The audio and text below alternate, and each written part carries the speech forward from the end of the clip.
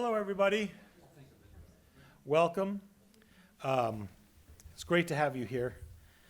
It's always beautiful and sunny in Hanover. It never rains, so I'm glad that you guys all came in tonight. My name is John Stomberg. I'm the Virginia Rice Kelsey 1961S Director of the Hood Museum, and I'm here to say welcome and introduce our speakers tonight. Let's take a moment and turn off our cell phones. I am guilty as charged. Mine is not off yet. Their volume off. So that we can focus on the talk this evening. Today we present the sixth in a series of annual lectures that revolve around topics and themes related to the epic of American civilization, the internationally recognized mural by José Clemente Orozco, located on the ground level of the Dartmouth College Library.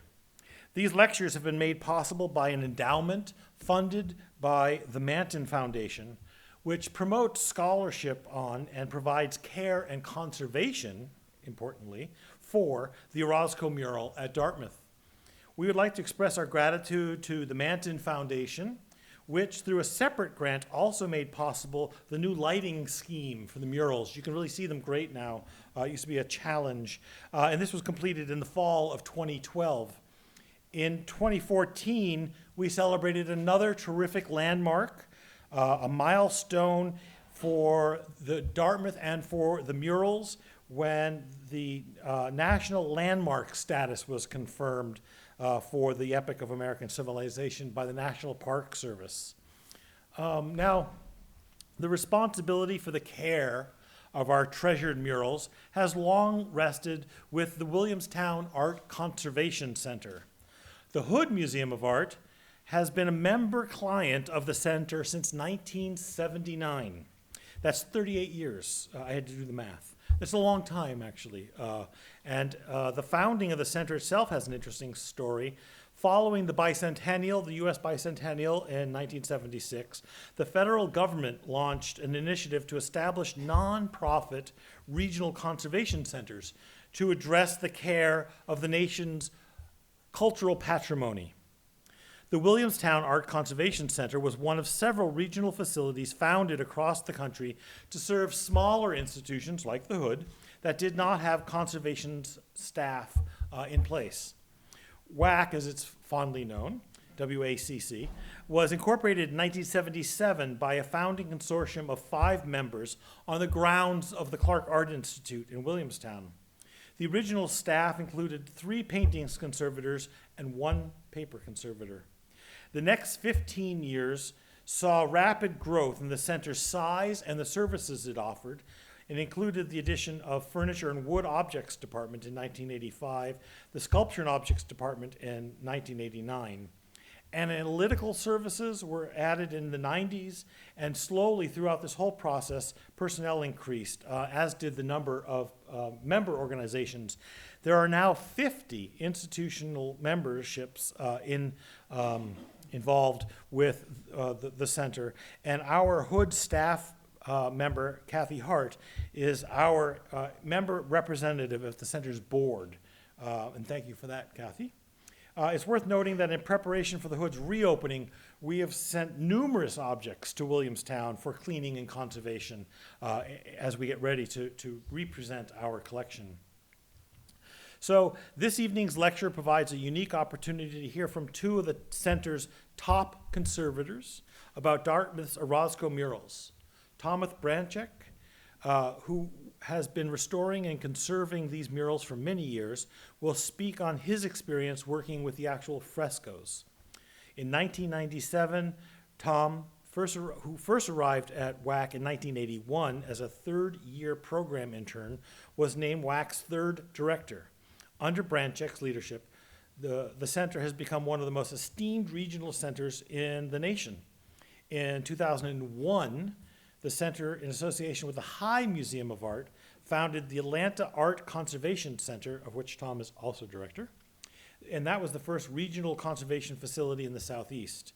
In 2006, ground was broken for the Stone Hill Center, the new Clark building designed by Pritzker Prize architect Tadeo Ando. And this includes a specially designed state-of-the-art conservation facility. And I can testify to the fact that these two work in one of the most beautiful buildings in the Northeast. And I have severe office envy every time I visit them. I just want to move in. They moved into their new home in 2008 and now has this wonderful consortium all throughout the Northeast and beyond.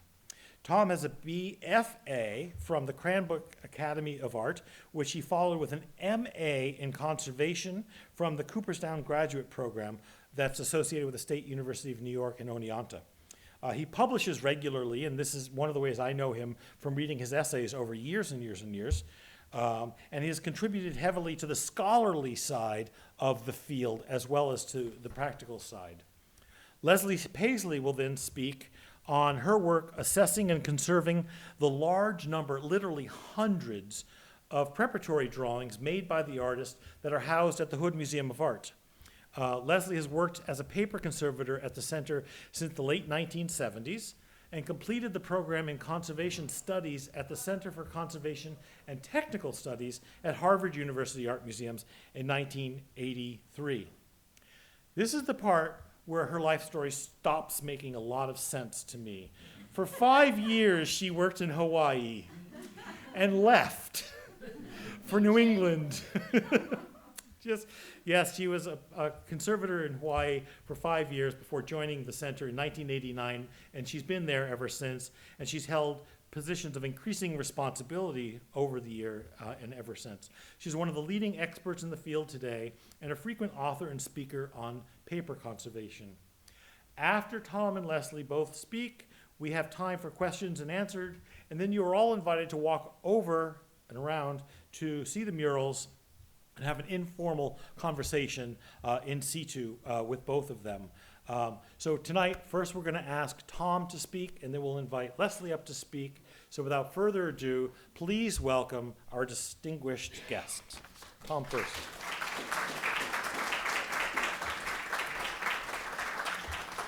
Thank you.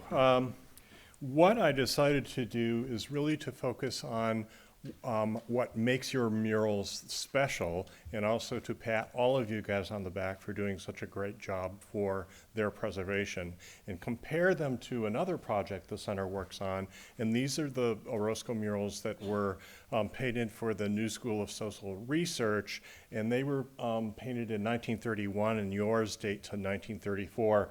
And the difference between Orozco working out his working method with fresco was a lot of problems were solved with these, but when I go through the series of slides, and these were taken about a month ago, and this has been an ongoing problem or project within the center because we actually treated these in 1988 and have been doing so just on an annual basis and sometimes even more. And I'll talk a little bit about the problems that they have that yours don't. But also, again, Orozco was working on his painting technique on these, and it's dramatically different from your murals.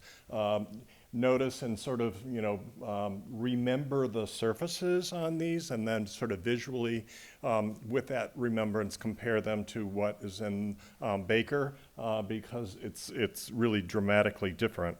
So, as I say, these slides were taken about a month and a half ago, and if you see these sort of white hazed areas in the upper section, this is entitled Struggle in the Occident. They were totally gone a month and a half ago, and it's really due to the erratic temperature and humidity control where they're located on the 7th floor of the original building for the new school, and they were painted for a public dining room, and then adjacent to this room was a student lounge. And so they've always been in sort of a totally irreverent atmosphere for works of art, and they've suffered a lot of damage as the result of environmental lack of control. Part of the problem is that one of the murals is on an outside wall, and another mural is on the inside wall of a corridor, and the only kind of humidity and temperature control that they receive is air conditioning. And so when you walk in this room, which is restricted for the use of 40 people, and it's usually for seminar sessions, and they're still trying to work it out. But on an annual basis, I'm there with some other staff members, and we're constantly trying to remove some of the salts and also in-painting losses. But Orozco's working technique on these murals is problematic unto itself because they're really not true fresco.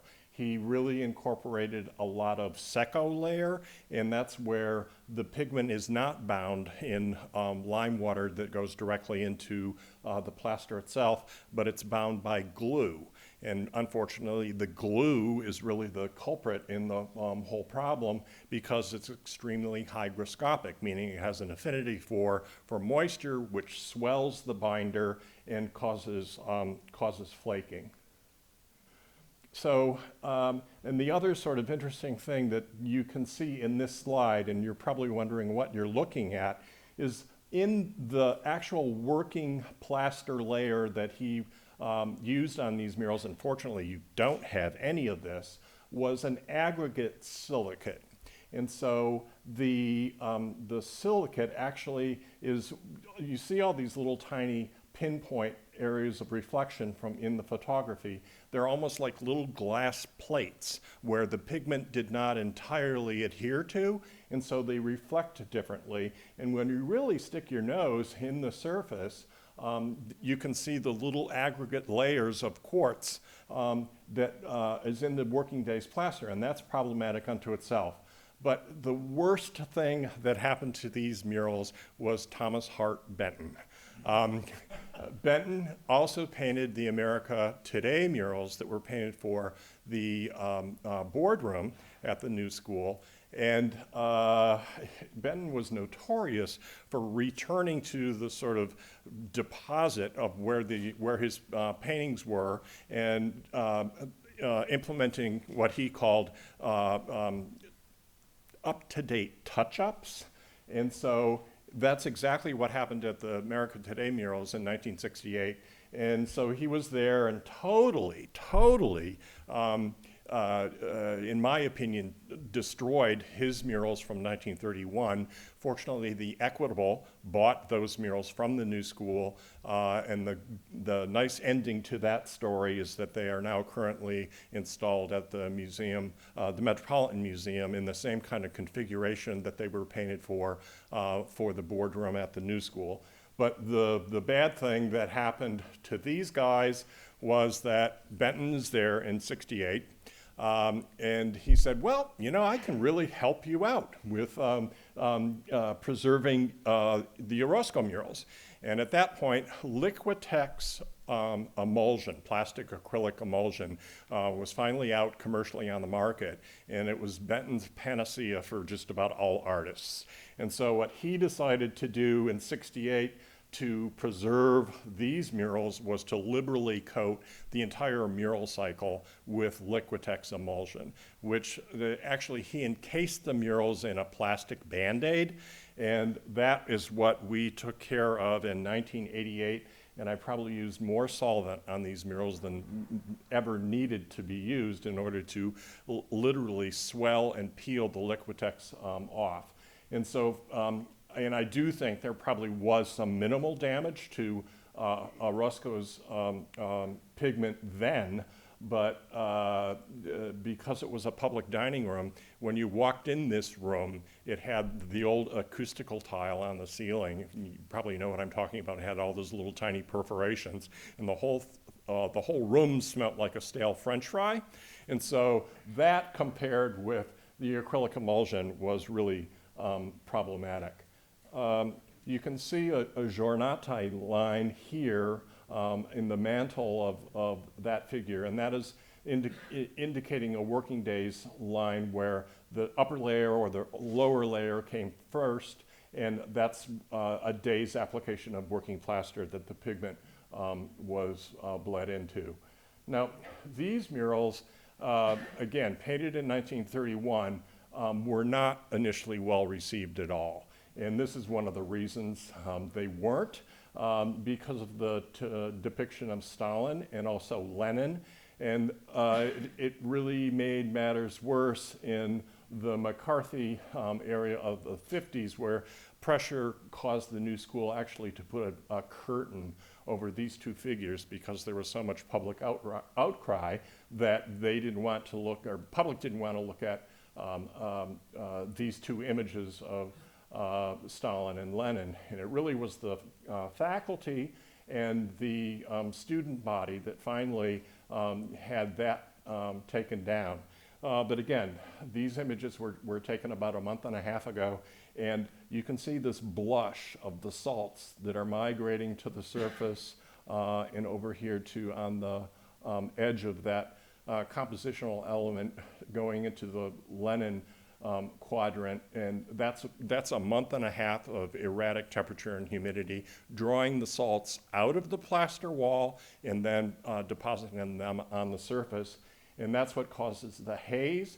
And then the other offending thing is that in this sort of cactus, that is the seco layer. So that's glue bound, and that's problematic because the pigment then swells and then falls off. And there's numerous flake losses that we have to repair on an annual basis. And so my plea to the new school is that if they don't really address the issue of erratic temperature and humidity in 20 years, there's not going to be very much Orozco left. Again, the sort of limiting factor for that is that they're located on the 7th floor, and the rest of the building is not climate controlled, and the only thing that they do is air condition the room that these are in.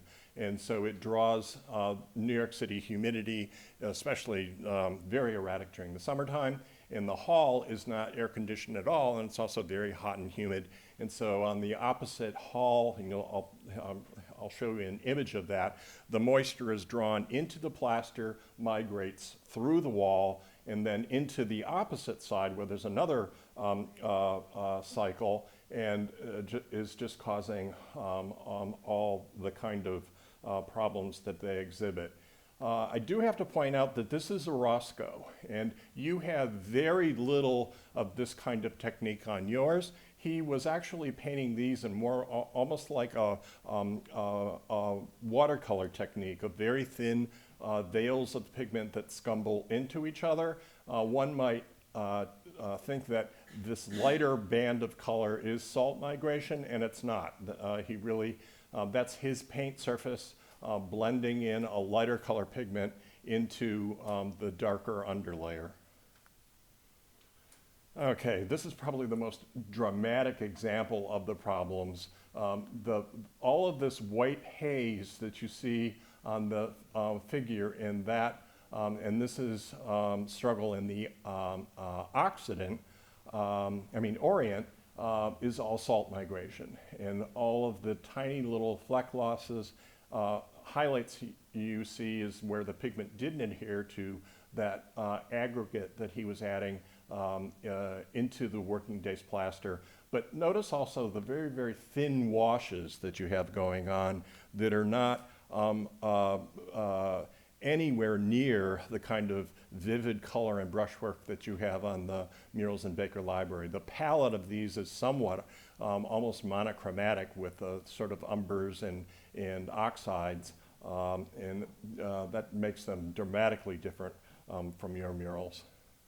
Now, this is a detail. This is also struggle in the Orient. You can see the cratered losses and the efflorescence of the salts. All of this area here is where the paint actually has fissured away from the plaster substrate.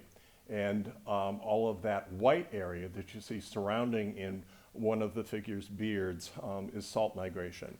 And that is the continuing problem with these murals. Unfortunately, you have none of that on your murals. The kind of damage that happens to Dartmouth's murals is an inadvertent broom handle hits it, or somebody bumps into it and causes a small loss. I was there this afternoon in painting a small circular loss on one of the side panels, but you don't have any of this. Now, and even the salt migration that you did have, that Sandy Weber and myself took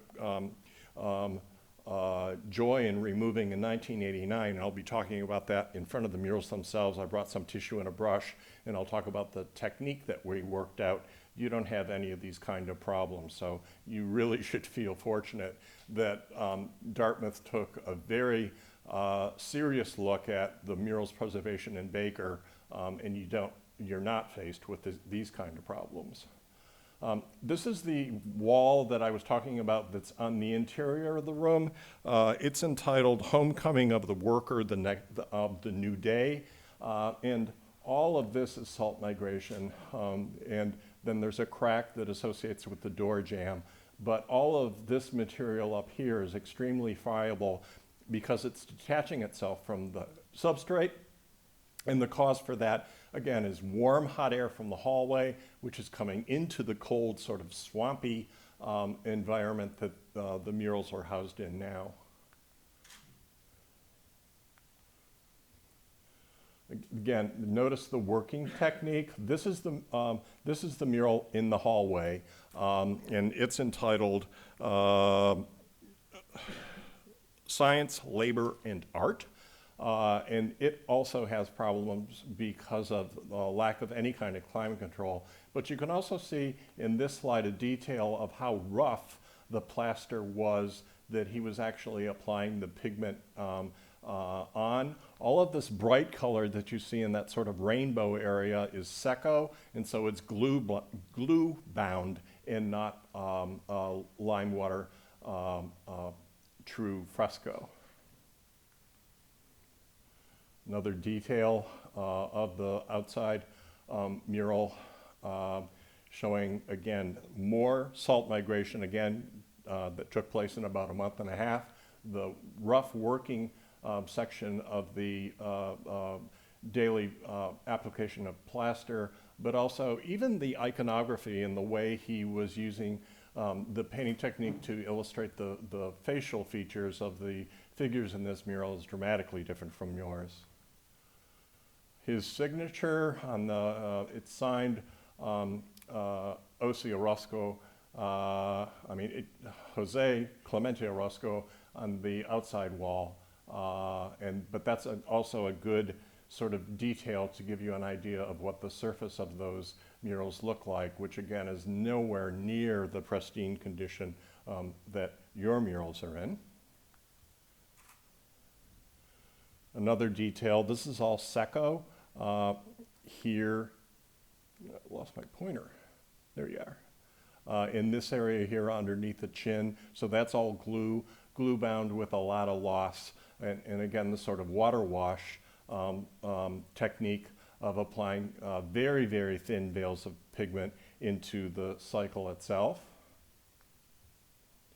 And then this is the outside wall, and this also was not well received because you have this Afro-American who's at the table, and it's entitled The Table of the Universal Brotherhood.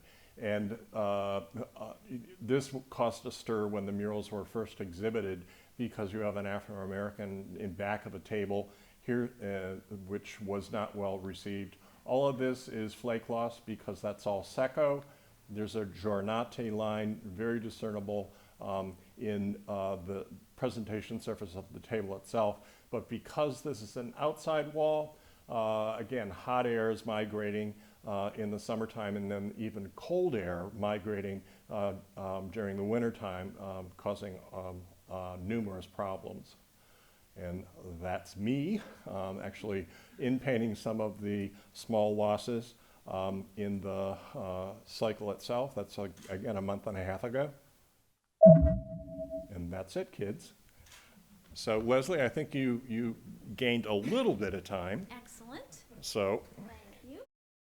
So, I'm the paper conservator, and I'm going to try to whiz through. I have more slides than Tom, but I'm going to try to talk faster so we stay on schedule, because Tom and I agreed you're going to want some time to look at the mural itself. So try to keep some of these images in your head, and we'll maybe save some of the questions to be in, when we're in front of the mural.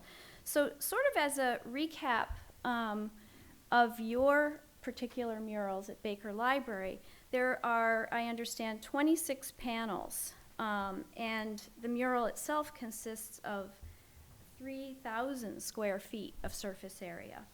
So, and I think the number that I heard of drawings that the hood now, the preparatory drawings that the hood that comprise the collection is around 300, which is pretty remarkable when you think of what they had to go through in order to be used for these drawings.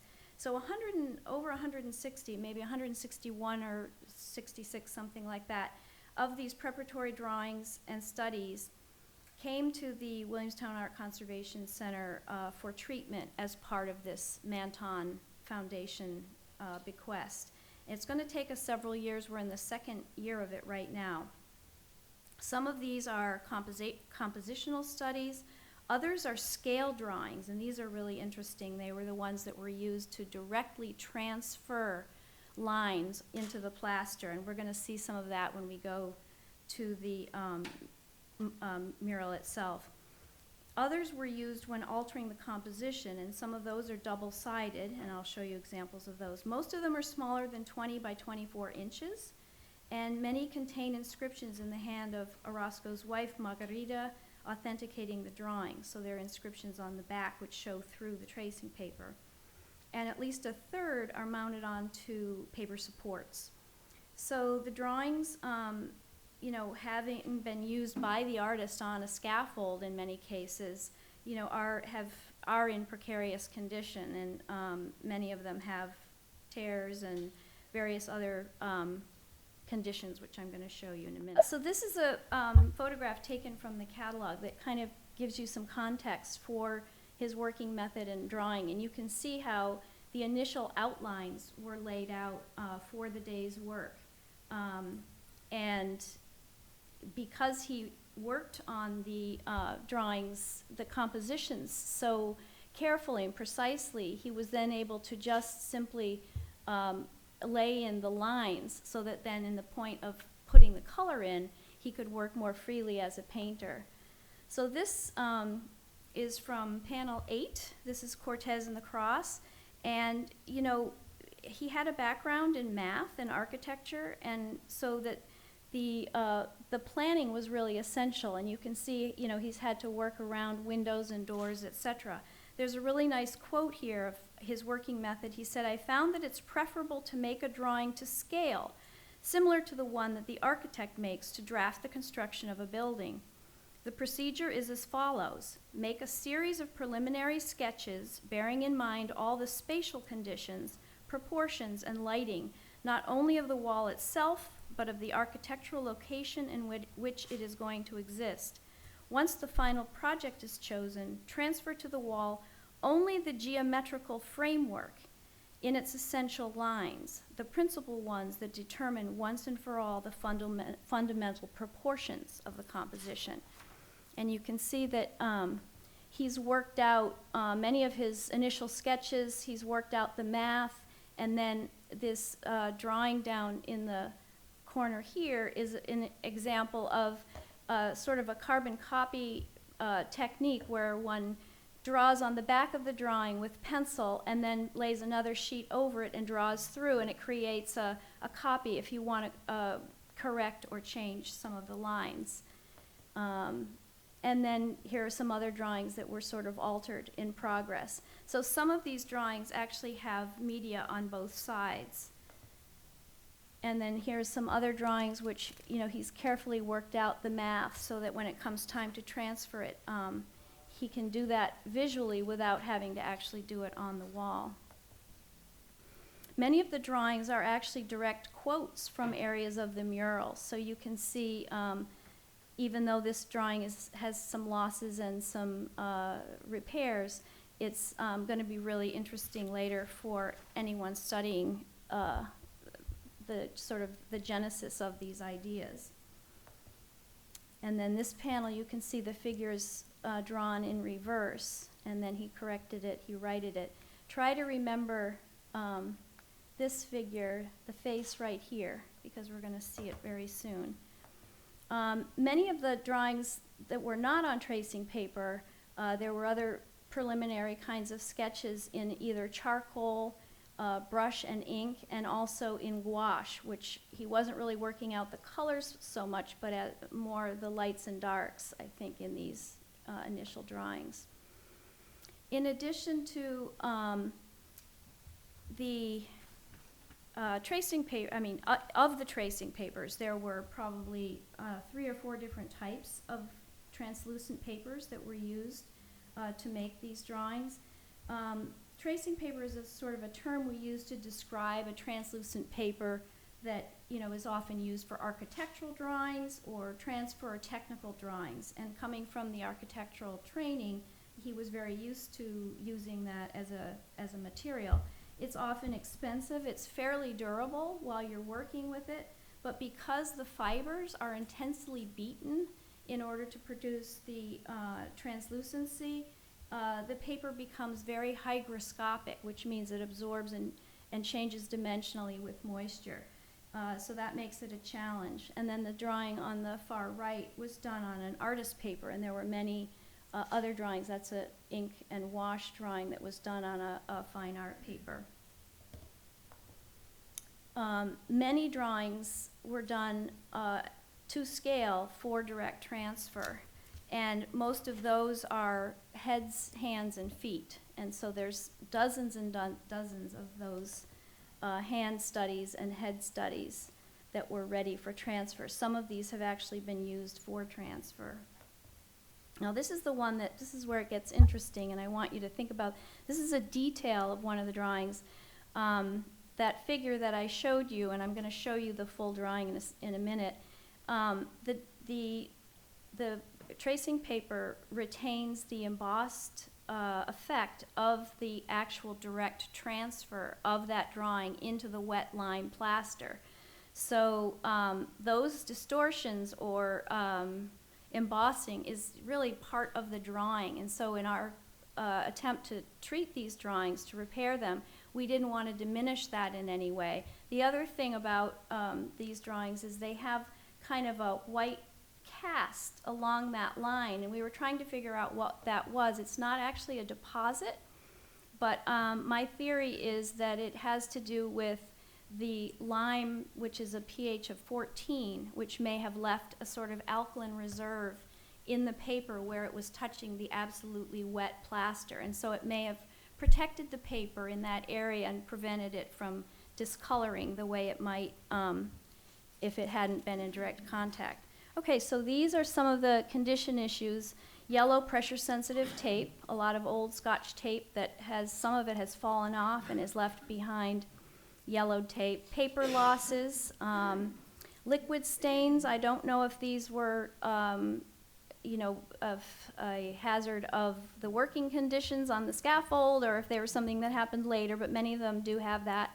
And so the challenge is, as I mentioned before, the transparent papers, because they're so moisture reactive, trying to deal with repairing a paper that is going to expand and contract so much. Tracing paper can expand and contract depending on the way it's made and the type. It can expand and contract sometimes 1/2 inch in about 20 or 30 inches. So it may expand 1/2 inch in one direction and 1 inch in the other. So trying to get the tears to line up and remain planar is a real challenge. And then trying to create a repair that is secure but isn't visible when you're looking through the paper. So one of the initial steps that we took is surface cleaning for the drawings that we could remove surface soil. And this is also tricky because how do you determine what is soil and what is inherent working transfer of media, I guess you could call it. And often when the drawings are penciled themselves, you don't want to diminish the pencil media, but you're trying to reduce the soil. So a lot of it had to be done selectively, and you can see we use these graded crumbs, which are very easy to work with because you can adjust the pressure, and then you can work in sort of a broad area without creating a kind of cleaning halo. And sometimes just simply brushing the crumbs over the surface will take the particulate up without actually diminishing the media.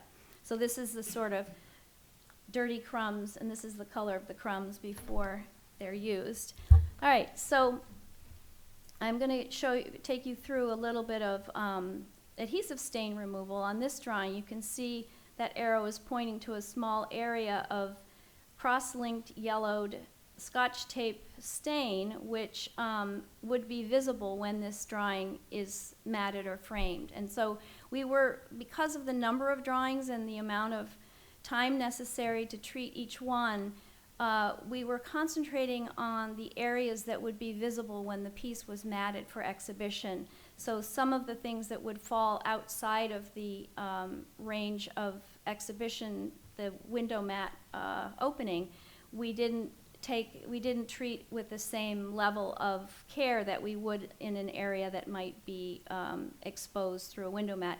This one also has some damage from previous exhibition where it has discolored from an acidic mat. So that has two things going on there. All right, so we put the drawing on something we call a manuscript suction device. So it's basically a porous metal screening that's hooked up to a compressor, and the drawing is on top of a piece of white blotting paper with a mask of mylar that closes down the area. So we get a nice strong pull right in the area where the stain is. And the reason we do that is that when that discoloration is coming out, we can control the application of the solvent and also prevent the stain from moving laterally. So we're really able to pull that stain out into the blotter below, and you can see I'm applying it, and what's coming out, the first pass, a lot of discoloration has come out. And we'll keep doing that, and it allows us to work in the area of the stain sometimes next to media that is also solvent sensitive, so we can really direct what we're doing. These Western wove papers are more responsive to this technique because it's a more open fibered structure. A tracing paper wouldn't really be, we wouldn't really be able to do it this way, so we have other techniques we have to use. So here's an example of a before and after old tape and tissue removal and repair. And I'm going to show you this one. This is the drawing I wanted you to remember because we're going to see this on the wall. So this had tape in the lower right corner. This tape stain couldn't be completely removed, but I think it's much better, and it's allowing it to be, the first thing you see is not the tape, which is often the goal. So here's a detail of that drawing, and I think you can still see those embossed lines from the direct transfer. So these tapes were removed mechanically with tweezers, and then a lot of the residual was removed with a cotton swab with acetone.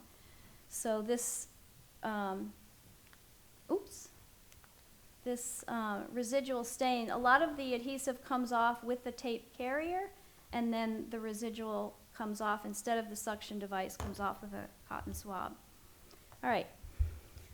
And we were also removing some old tissue repairs. One of the methods that is used by paper conservators for tear repair is the use of very long fibered, strong Japanese tissue and wheat starch paste. These are materials that have been used in East Asian mounting for hundreds of years. The reason that paper conservators like them is the wheat starch paste is reversible, non-yellowing, non-staining. It behaves a lot very similar to the way the paper will behave, and the long fibered tissue is somewhat transparent, and it you don't need to put a thick patch. Many times you look at old prints and they have these pieces of paper patches stuck on the back, but a feathered tear repair is very suitable for many Western papers. In this case, it shows through. I think either the paste was dirty or I don't know, but we decided in this case to remove this patch with just light moisture, which is lucky, and yet having to be careful with not getting it too moist.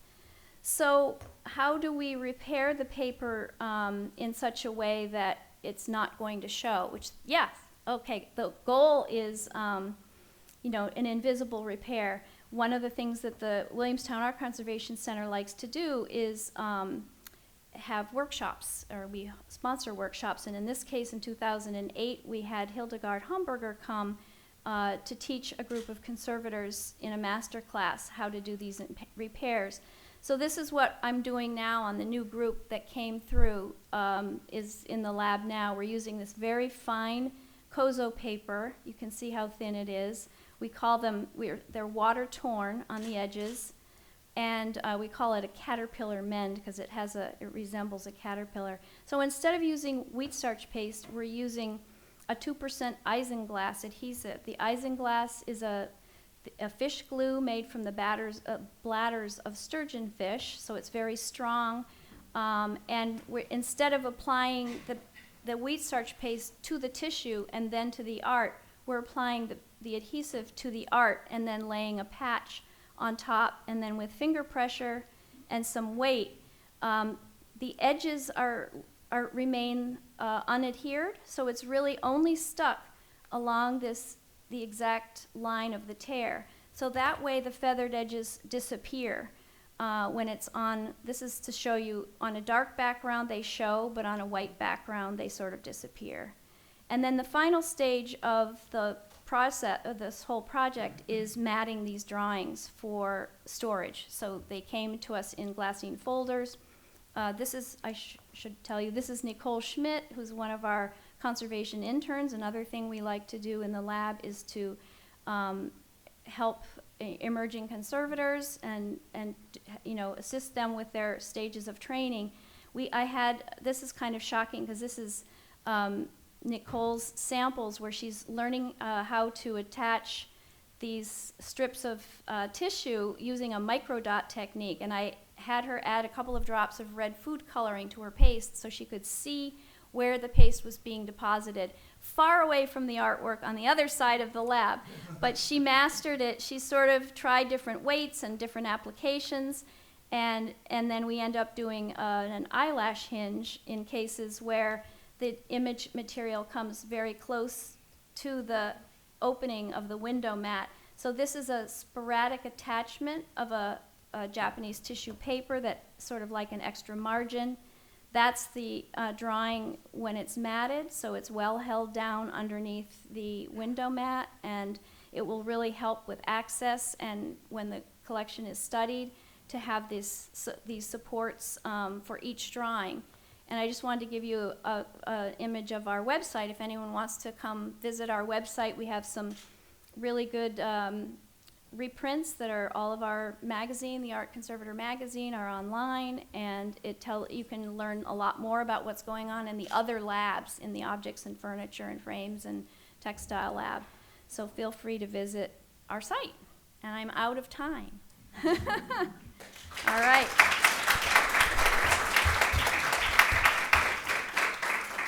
So shall we repair or shall we take questions? Because I don't know. Yeah, so if there's a few questions, let's take them here, and then we will wander over to the actual murals.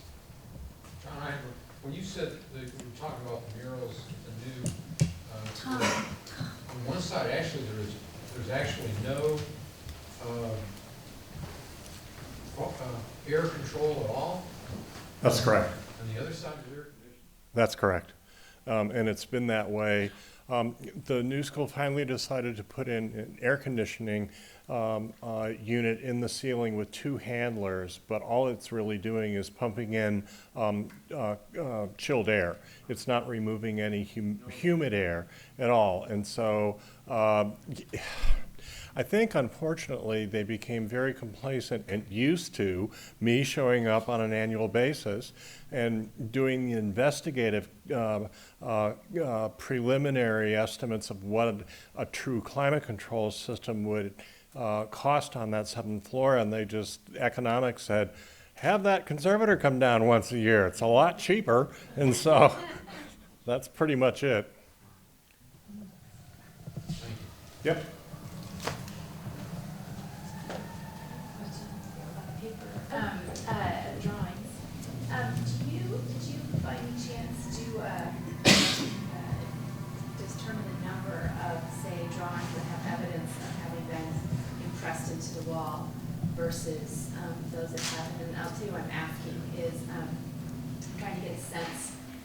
many of the panels do we have images, preparatory works like that, to get a sense for how many might be missing?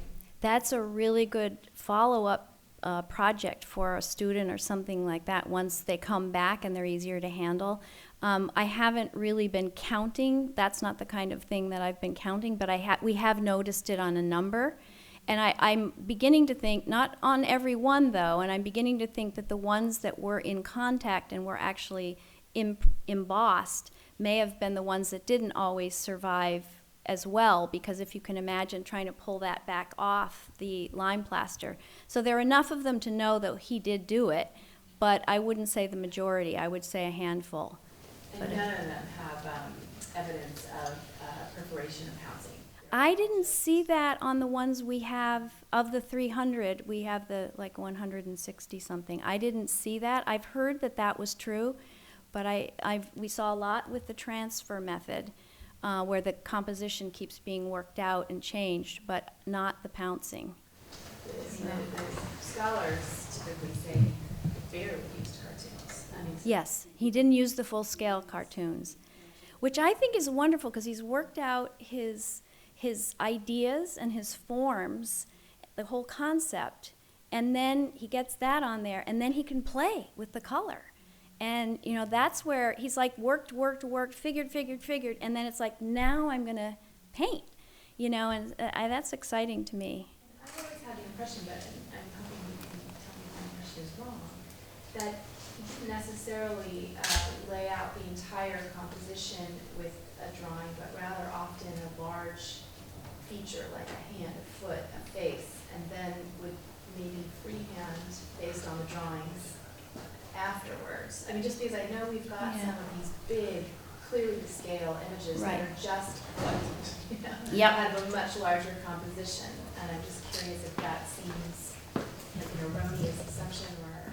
Well, I think those are the things that need to be precisely, you know, if your foot is out of scale or your head is out of scale. So I think there are quite a few heads, feet, and hands, as I said, that were worked out. But the rest of it, you know, once you have the head, feet, and everything else, and you have the gridded out design, I think you probably don't, if you're a good painter, you probably don't need everything, right? That was the point of reference. It's almost then connect the dots. And so if the heads, hands, and feet were the points that you then could get a little more freestyle in applying one other line or compositional shape to connect all that, that's where he's having fun. So I think what we should do is go over, and we have the exceptional opportunity to have both of our guest speakers speaking in front of the murals, where you can point and ask questions, not touch, but point and ask questions directly. So let's take advantage of that and reconvene. I'll be marching over there as long as I don't get lost. I've been told I just go out this door and walk around to the left. Okay, or we can follow Mary.